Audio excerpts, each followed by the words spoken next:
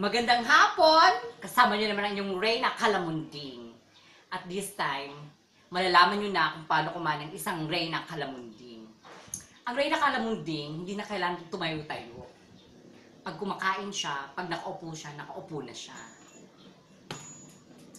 At makikita niyo na kung paano kasosyal kumain ng isang Reyna Calamunding. Siyempre may ulam, may kanin. Pag kumain ng isang Reyna, hindi naghihinaw ang Reyna kasi nakakapagod, tatayo na naman ang Reyna. At may kawal. Bawal yung isa-isang Reyna. Kaya hindi na siya hihinaw. At pag kumain ang Reyna, parang kutsa-kutsara, dire-diretso na, itutuwal mo na lang yung may lamang ulam.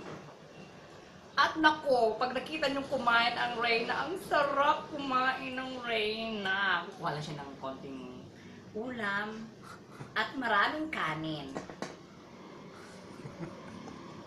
Ang sarap.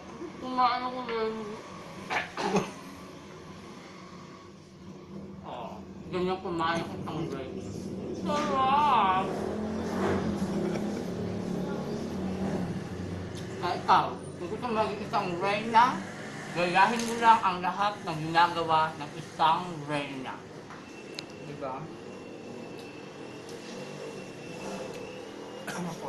Nabubululan ang Reyna pero kailangan niyang lunukin ang pagkain nasa bibig niya dahil isa siyang Reyna.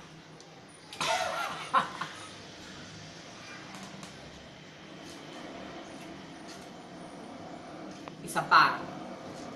Susubo pa akong Reyna kasi nabitin ang Reyna.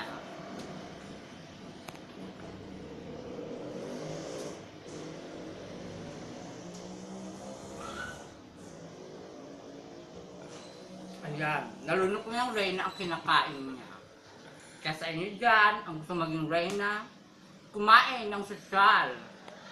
Hindi niya kumain ng isang Reyna.